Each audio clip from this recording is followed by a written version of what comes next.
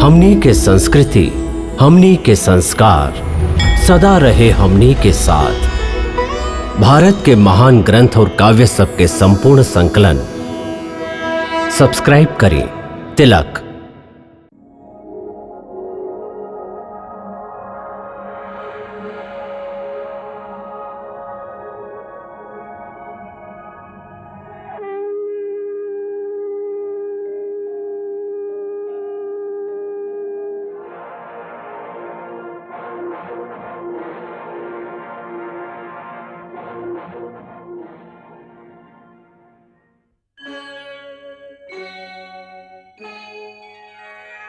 कृष्णा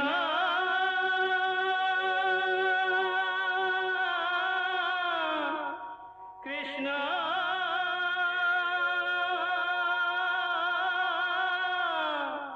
हरे कृष्णा हरे हरे।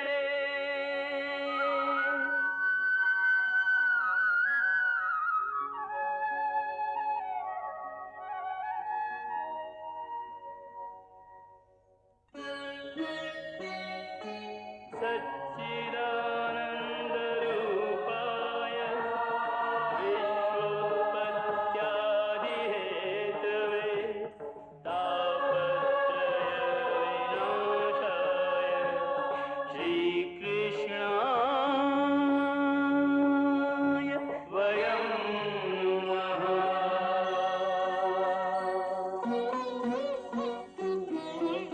श्रीकृष्ण गोविंद हरे मुरारे, हे नाथ नारायण वासुदेव। हरे कृष्ण राधे राधे कृष्ण कृष्ण हरे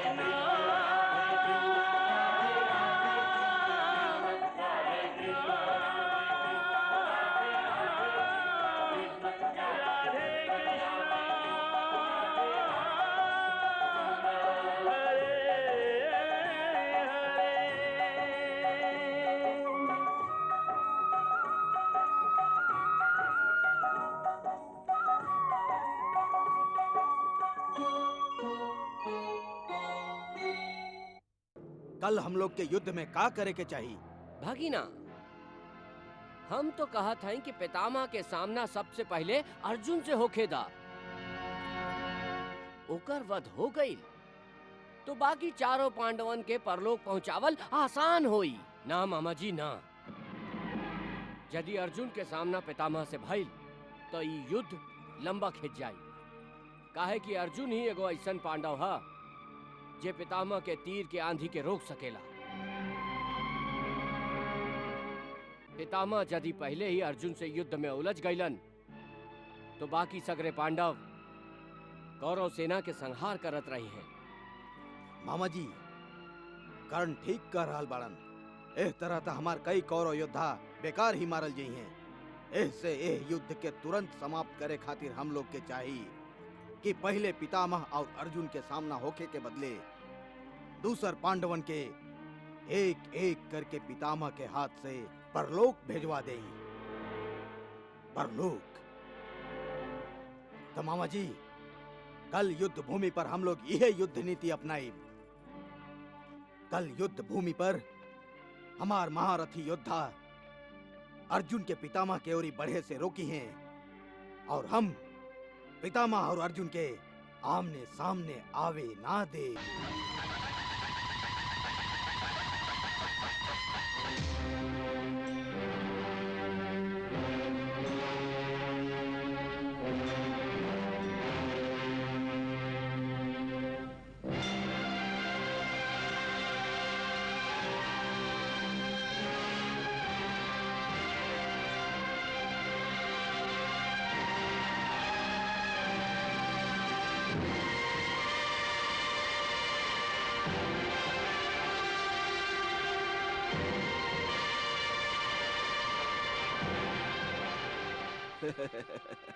संजय, आज युद्ध प्रारंभ होखे में इतना देरी काहे हो रहा है?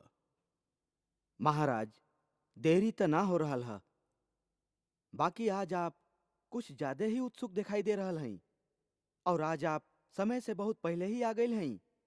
इससे आपके देरी के आभास हो रहा है। ओइसे अब युद्ध आरंभ ही होके वाला है। ना संजय ना, हमके तो ऐसा लाग रहल हा कि आज युद्ध ही ना होई। पांडव लोग युद्ध ना करी हैं। काहे महाराज? पितामह धरती के पांडव विहीन करे की जब प्रतिज्ञा कैले हई, उहे समाचार गुप्तचर लोग पांडवन के दिहले हुई हैं। ऐसे वो पितामह से युद्ध करे के बदले वहां से क्षमा याचना करी हैं। और हमार भतीजा सब इतना निर्दयी भी नहीं खन कि आपन प्रिय दादा के वध करी हैं। महाराज, ई खाली आपके कामना है, ई खाली आपके आंतरिक इच्छा है। आप चाहत हैं कि ई युद्ध कौरव बिना लड़ले ही जीत जास, और यह युद्ध में कौरवन के कोनो तरह के हानि ही ना उठावे के पड़े। बाकी आपके इच्छा के विरुद्ध युद्ध ता आरंभ होके जा रहल है। श्री कृष्ण जी शंखनाद खातिर आपन शंख उठा ले हैं।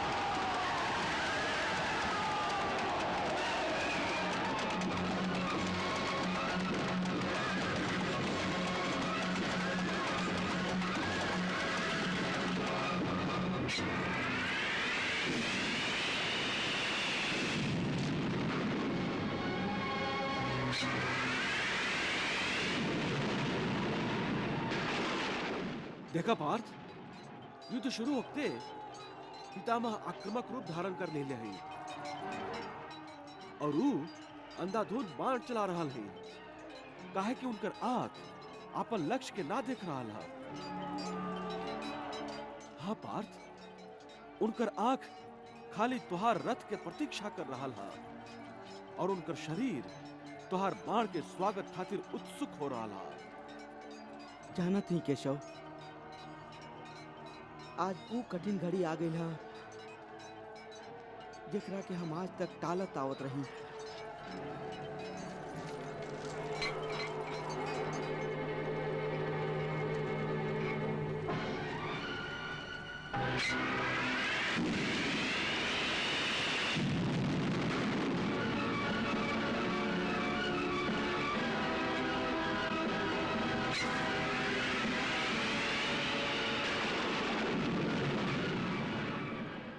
हे केशव, हमारा रथ पितामह के सामने ले चला।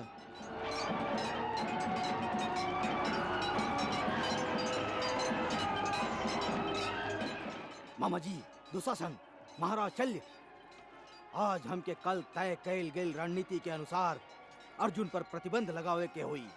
कोनो भी परिस्थिति में ओकरा के पितामह के सामने जाए से रोके के चाहिए। पितामह और अर्जुन के युद्ध होके से पहले चारों पांडव के वध होखल बहुत जरूरी है। इससे जाई जाके अर्जुन के मार्ग पर बाधा बन जाई। अच्छा बात है भगीना, चला। ये आज्ञा भाई जी, चला।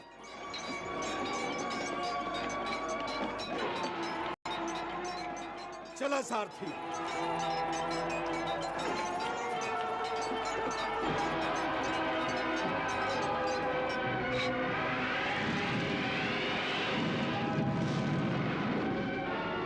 चला सारथी।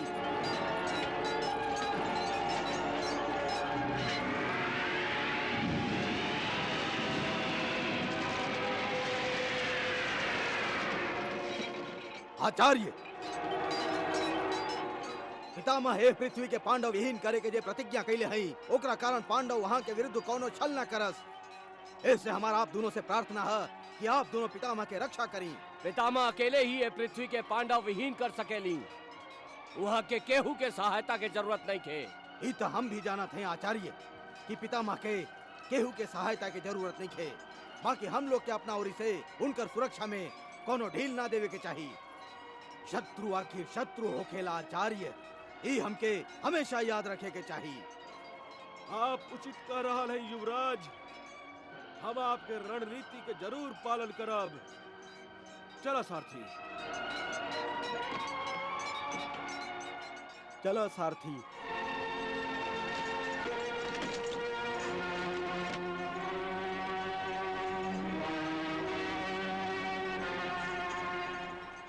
पार्थ, दुर्योधन के चाल के समझा।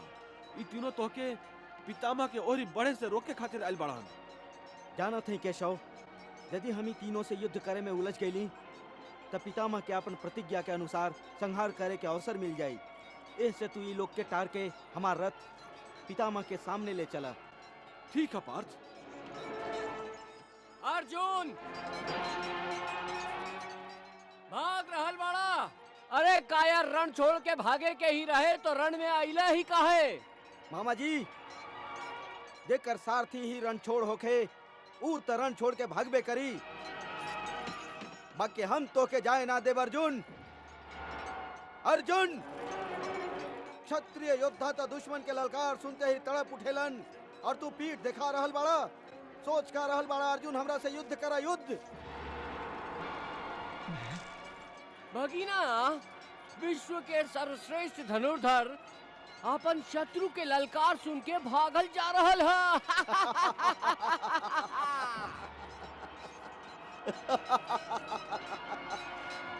अर्जुन, हमरा से युद्ध करा युद्ध। अर्जुन, अरे हम तो के ललकारत हई, आवा युद्ध करा हमरा से। हम तो के युद्ध खातिर ललकारत है अर्जुन, हमरा से युद्ध करा युद्ध। आवा भगीना आवा। हमार रथ रोका वासुदेव। हे केशव, रथ रोका। हे अर्जुन, वो लोग तोहके पितामह से दूर रखे खातिर जानबूझ के भड़का रहल बाड़न।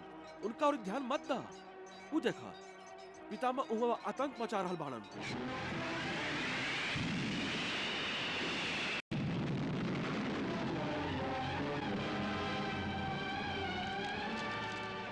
बाकी केशव, जब कहीं युद्ध खातिर ललकारेला त एगो क्षत्रिय पीठ ना दिखावेला। इससे पहले ई लोगन से निपट लेवे दा, फिर पितामह से युद्ध करब।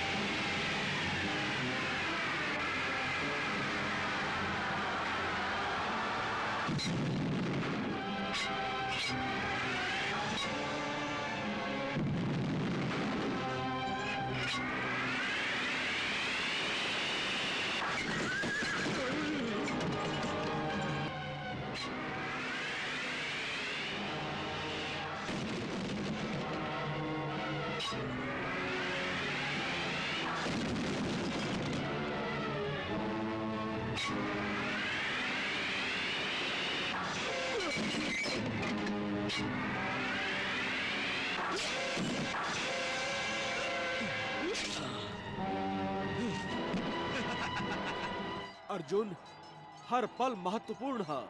तुहार समय नष्ट करे के मतलब है पितामह के अपन प्रतिज्ञा पूरा करे के अवसर दिहल। ना केशव,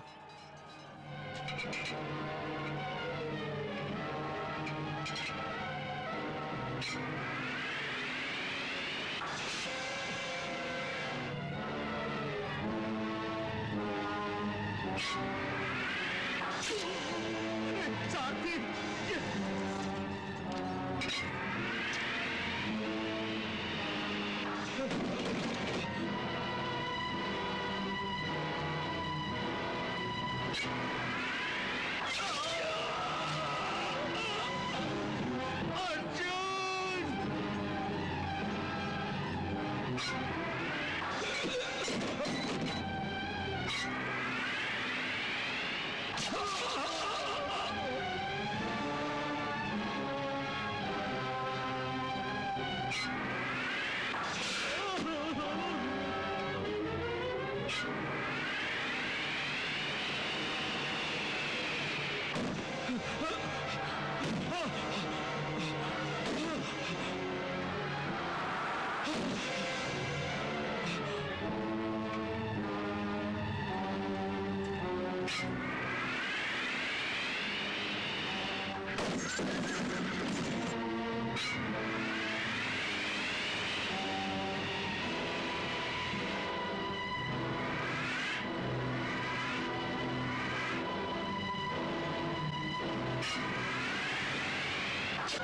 भगीना।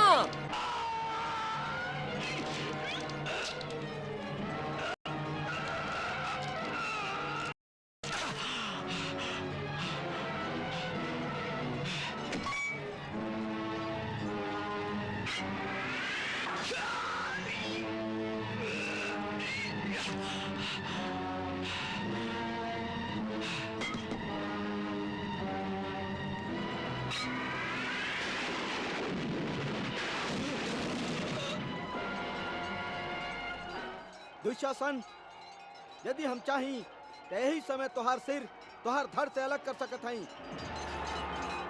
यही क्षण तोहके यमलोक भेज सकत हई। बाकी बड़का भैया भीम तोहार पवित्र हाथ के उखाड़ फेंके के प्रतिज्ञा कैले हई।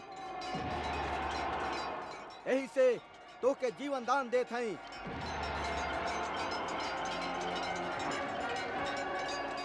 हे केशव, हमार रथ पितामह के सामने ले चला।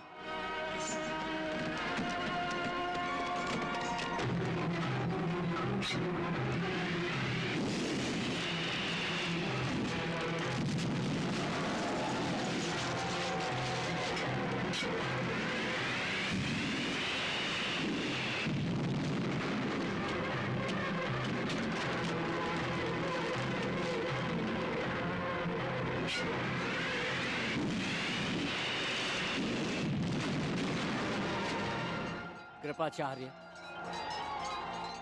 आप देख रहल हैं कि अर्जुन कितना बहादुरी से युद्ध कर रहा है। अर्जुन के पहले जैसन शूरवीरता के योग्यता देख के ऐसा लगा था कि जैसे आज अर्जुन सूर्यास्त होके से पहले ही युद्ध के समाप्त कर दिया चाहेला। कल तक अर्जुन बुझल बुझल जैसन रहे, जैसे बेबस होके युद्ध कर रहा लोखे। लागत रहे जैसे बाण चलावली भुला गई लोखे।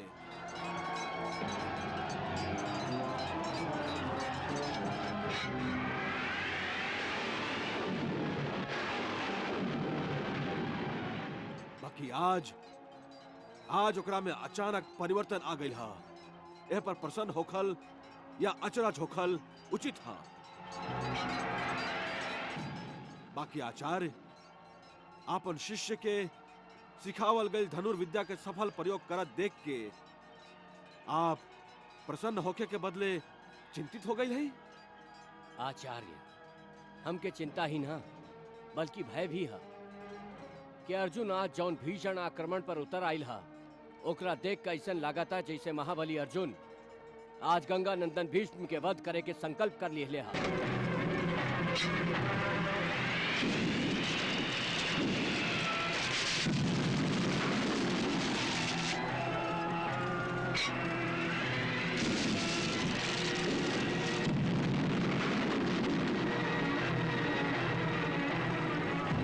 महाराज, पितामह पांडव के सेना में हाहाकार मचा दिले हई। अब ही तक खाली हाहाकार मचल हा।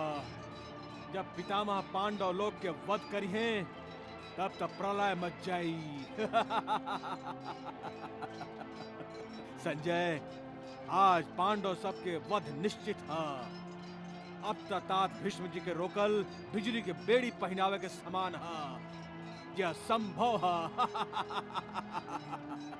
महाराज, यह असंभव के संभव बनावे खातिर स्वयं पवन पुत्र भीम पितामह पर आक्रमण करे खातिर आगे आ रहल बाड़न। भीम स्वयं ना आ रहल है संजय, होकर मृत्यु ओकरा के खींच के ताज जी के और नजदीक ला रहल है।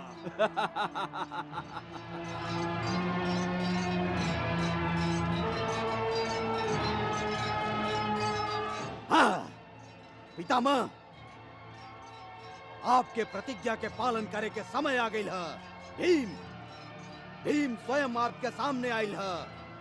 ओकरा बच के निकल जाए के अवसर मत दीही।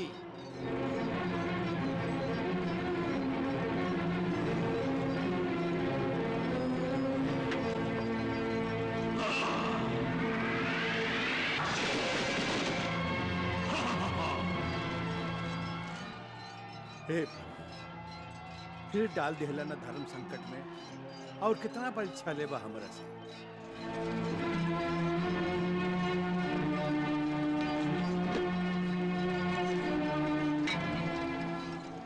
ई तबाही बुद्धि के शत्रु, ई जानत बुझत कि हम पृथ्वी के पांडव विहीन करे के प्रतिज्ञा कइले हैं। ये हमरा से युद्ध करे आते, समझ में नहीं आवत हमार वध करे खातिर अर्जुन के पहले काहे न भेजली।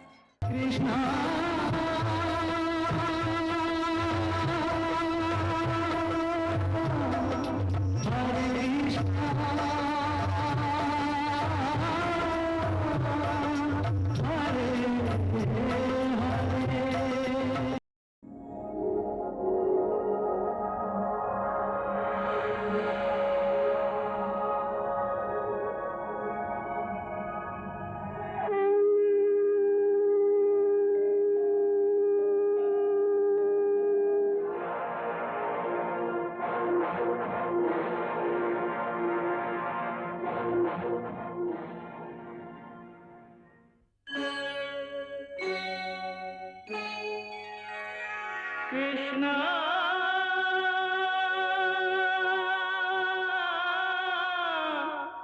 कृष्णा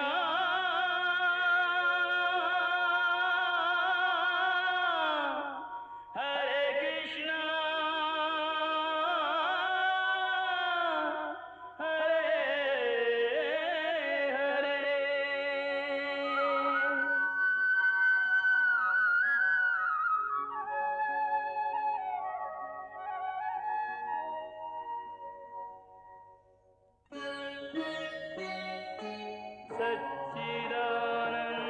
सच्चिदानन्दरूपाय विश्वोत्पत्त्यादिहेतवे तापत्रयविनाशाय श्रीकृष्णाय वयं नमः।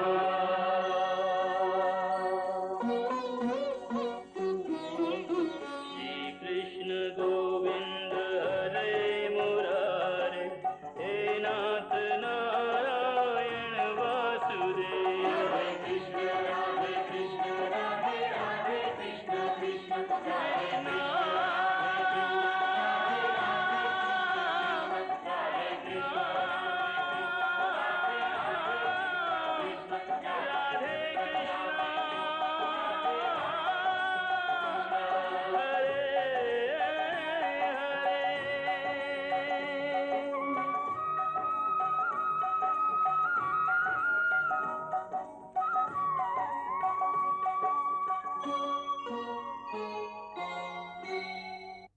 महाराज, यह असंभव के संभव बनावे खातिर स्वयं पवन पुत्र भीम पितामह पर आक्रमण करे खातिर आगे आ रहल बाड़न। भीम स्वयं ना आ रहल है संजय, होकर मृत्यु ओकरा के खींच के ताज जी के और नजदीक ला रहल है।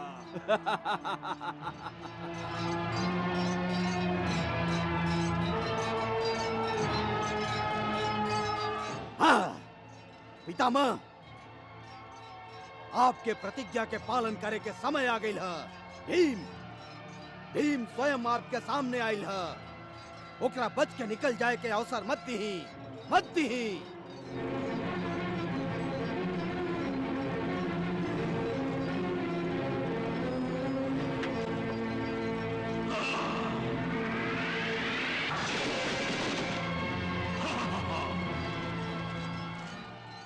हे प्रभु, फिर डाल दिहला न धर्म संकट में, और कितना परीक्षा लेबा हमरा से।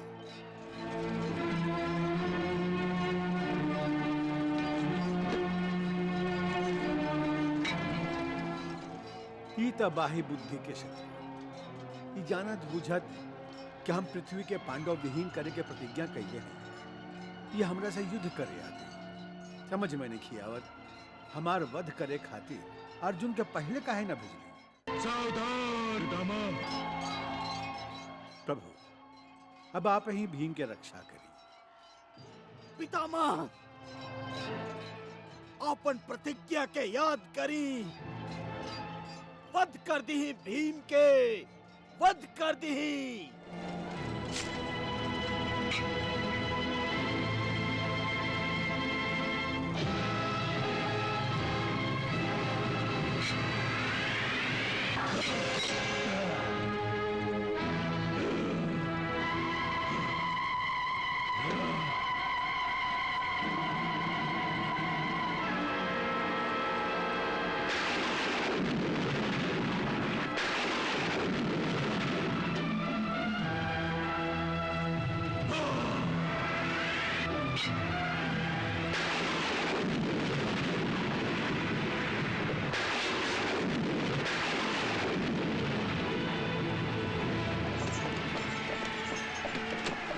रुका सारथी।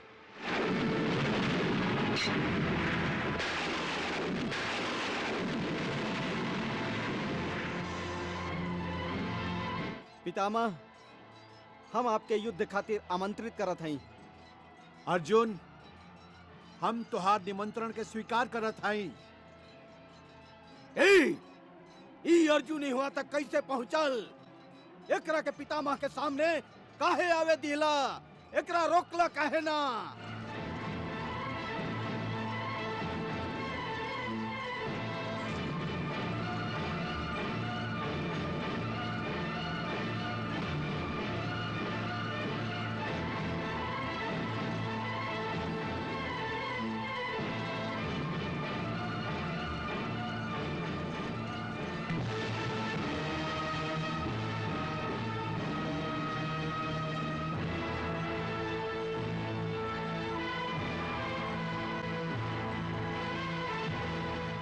हमरो निमंत्रण स्वीकार करी पितामह, हमरा से युद्ध करी। अर्जुन के रथ पर शिखंडी शिखंडी शिखंडी शिखंडी शिखंडी।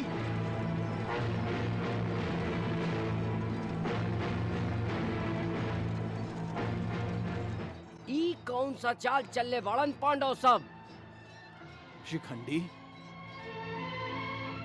शिखंडी अर्जुन के रथ पर का कर रहा हा? संजय, का पितामह शिखंडी के निमंत्रण के स्वीकार कैलन हा? ना महाराज, पितामह तो युद्ध करत करत रुक गए हैं।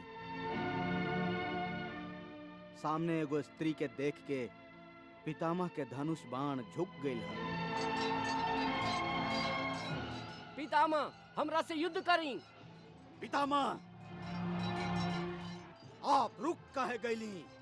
धनुष पर बाण चढ़ा के नीचे काहे कर लेली? दुर्योधन, हम केहू स्त्री पर हाथ ना उठाईला, ऐसे हम शिखंडनी से युद्ध ना कर सकेली। वो हमरा और अर्जुन के बीच अर्जुन के ढाल बन के ठाड़ हो गई है, तो हम अर्जुन पर बाण कैसे चलाई?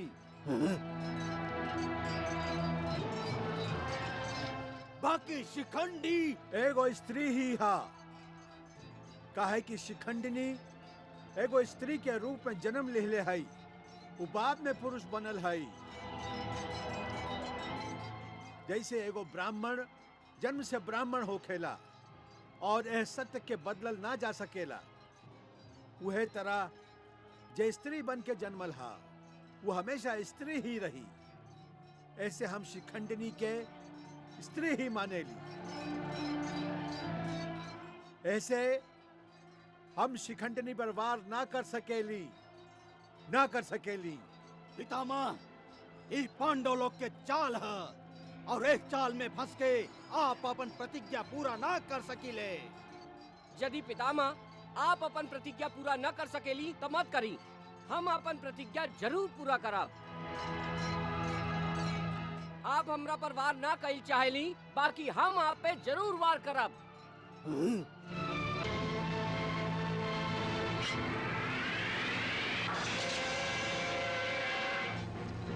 शिखंडी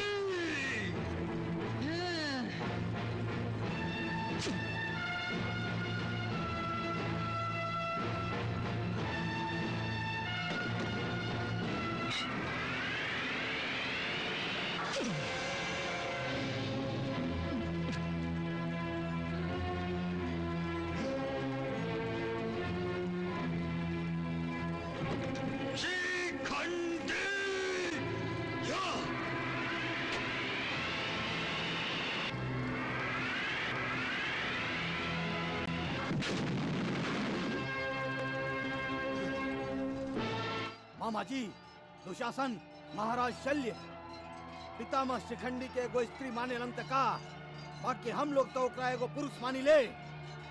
हम लोग तो ओकरा पर वार कर सकीले। चला सभे मिलके शिखंडी के वध कर दा, ना तो पितामह के वध हो जाई। पितामह के वध। शिखंडी के रक्षा करा, कौरवन के आक्रमण से शिखंडी के बचावा। अर्जुन के सहायता खातिर उ लोग के युद्ध में उलझवले रखा।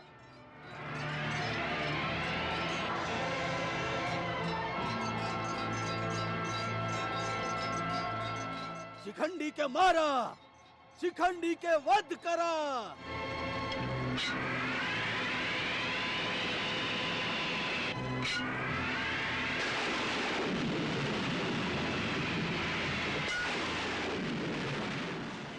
शिखंडी के रक्षा करा।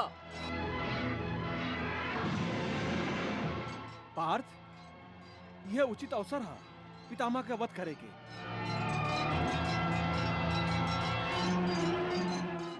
यदि तू ये अवसर गंवा दिला तो समझ ला पांडव सबके वध निश्चित है। कहे कि विवश होके पितामह अपन प्रतिज्ञा जरूर पूरा करेंगे।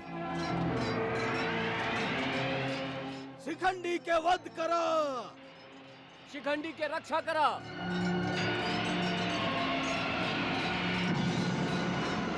सोच का रहल बाड़ा पार्थ, जे तेरा पितामह अपन क्षत्रिय धर्म के पालन कर रहल बाड़न, तू भी अपन धर्म के पालन करा। चलावा पितामह पर बाण, पितामह पर बाण चलावा, पितामह पर बाण चलावा। बाकी माधव, पितामह अपन धनुष नीचे कर दिले हैं। एगो निशस्त्र योद्धा पर हम वार कैसे कर सकत हैं? ना पार्थ, ठीक से देखा, पितामह निशस्त्र नहीं खन। वो जान बूझ के धनुष के अपना हाथ में रखले बाड़न, जैसे तो के संकोच ना होखे कि एगो निशस्त्र योद्धा पर तू वार कैसे करबा, और तू फिर भी संकोच कर रहा बाड़ा। बाकी शिखंडी बाण तो छोड़ रहा है पितामह पर। उहे करी पितामह के वध। सब लोग अपन सगरे शक्ति शिखंडी के वध करे में लगा दा।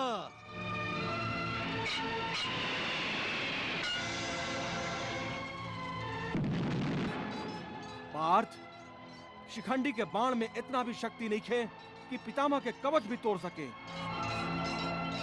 शिखंडी के बाण तब पितामह के घायल तक ना कर रहल बाड़न। उनकर वध कल तक दूर के बात रहल। बाकी तू समय गमा रहल बाड़ा। केशव, शिखंडी के आड़ लेके ओकरा पीछे लुका के केहू पर बाण चलावे के मतलब है कायरता।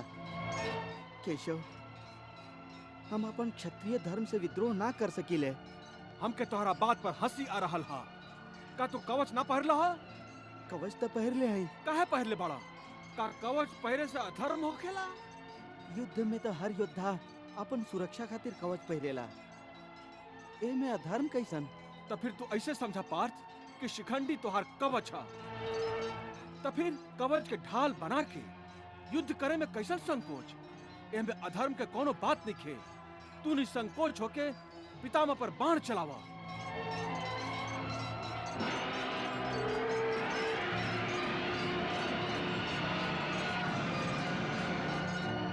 यदि ए समय तू पितामह के वध ना कैला तो तुहार चारों भाई के मृत्यु तोहरा माथा पर हुई। दोनों में से एक बात चुन ला, या तो पितामह के वध करा या तो अपन चारों भाई के मौत के मुंह में ढकेल दा। चारों भाई की मौत? हाँ पार्थ, उनका खातिर तब पितामह के एक एक बाण ही काफी है।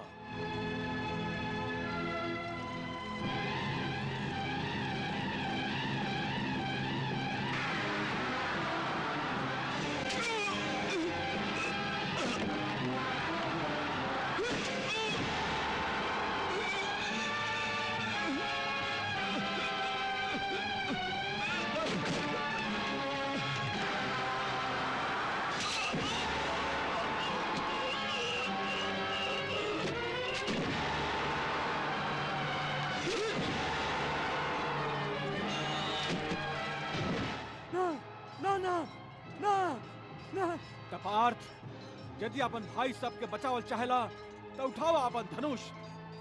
पितामह तोहर बाण के प्रतीक्षा कर रहल बाड़न।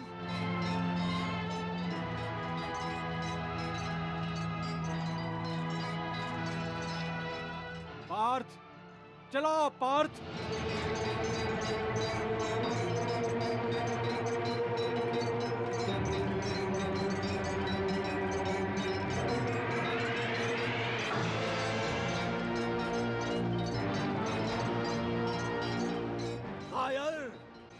अर्जुन, शिखंडी के सामने करके तू पितामह से जो युद्ध कर रहल बाड़ा, वो सरासर अधर्म है, अधर्म। वाह युवराज वाह, बचपन से लेके आज तक तू कबो धर्म के मार्ग ना अपनौला और अब धर्म और अधर्म के बात कर रहल बाड़ा। यदि तोहरा खातिर शकुनी मामा पांसा फेंक सकेलन तो अर्जुन खातिर शिखंडी भी कवच बन सकेलन। एमे कोनो अधर्म नहीं खे। अर्जुन धर्म युद्ध ही कर रहल बाड़न। रुक कहे गइला पार्थ, चलाओ बाण।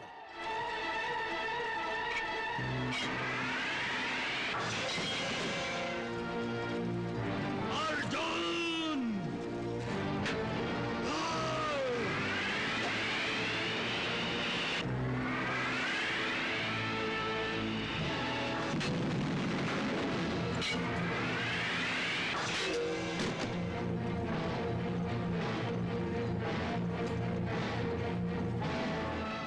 पार्थ, आक्रमण के गति बढ़ावा।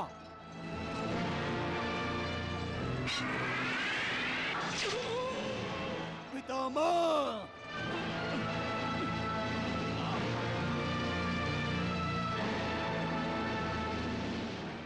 एकरे हमके भय रहे कृपाचार्य, एकरे हमके भय रहे। हाँ आचार्य, अब तो हमार मन भी भय से व्याकुल हो रहा है। आचार्य, अब स्थिति हम लोग के हाथ से निकल चुकल है।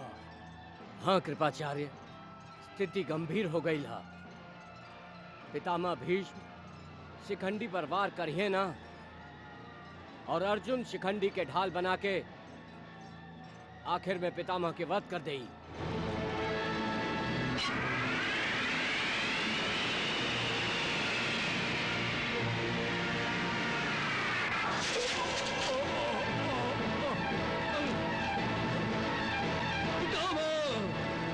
पार्थ,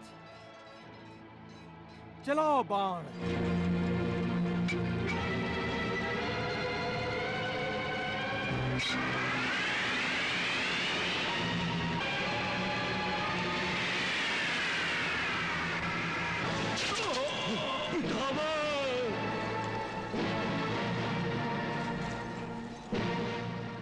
ई भाग्य के कैसन विडंबना है पितामह कि जौन पितामह के ब्रह्मचारी शरीर वज्र से भी कठोर हा, ऊ शरीर शिखंडी के वाण से छेदल जाए। ना आचार्य, जे बाण हमार शरीर के छदले हा उस शिखंडिनी के नहीं खे। जौन बाण के स्पर्श वज्र और बिजली के समान असहनीय है, जे पूरा शरीर में विष के लहर फैला रहा है। वो बाण शिखंडिनी के ना हो सकेला। जरूर ही बाण अर्जुन के गांडीव से निकलला। हम रोकब ई वाण के पितामह, हम रोकब। ना आचार्य ना, ई बाण के वेग हवा से भी तेज है। केहू भी एकरा के ना रोक सकेला आचार्य। ई जरूर उहे अर्जुन के बाण है जेकरा देवता और दानव मिल के भी रोक ना सकेला।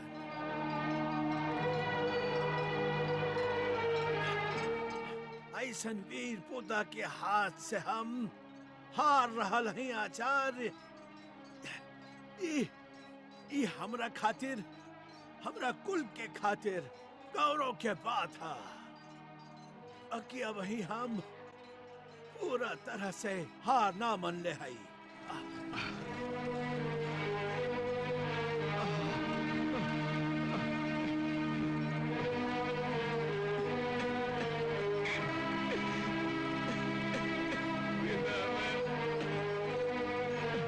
हे भगवान श्री कृष्ण, यदि आपकी यही इच्छा है तो हम युद्ध से अपन चित्त वृत्ति हटा रहल है।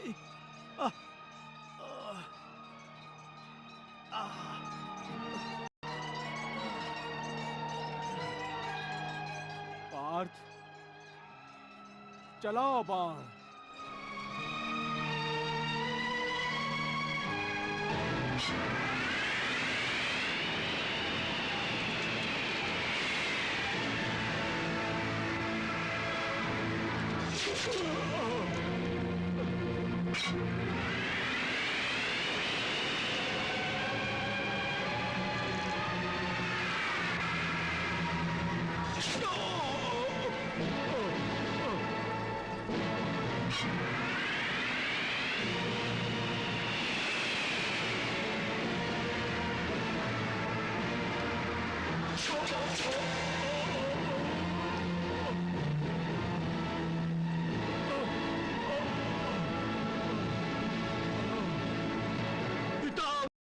कृष्णा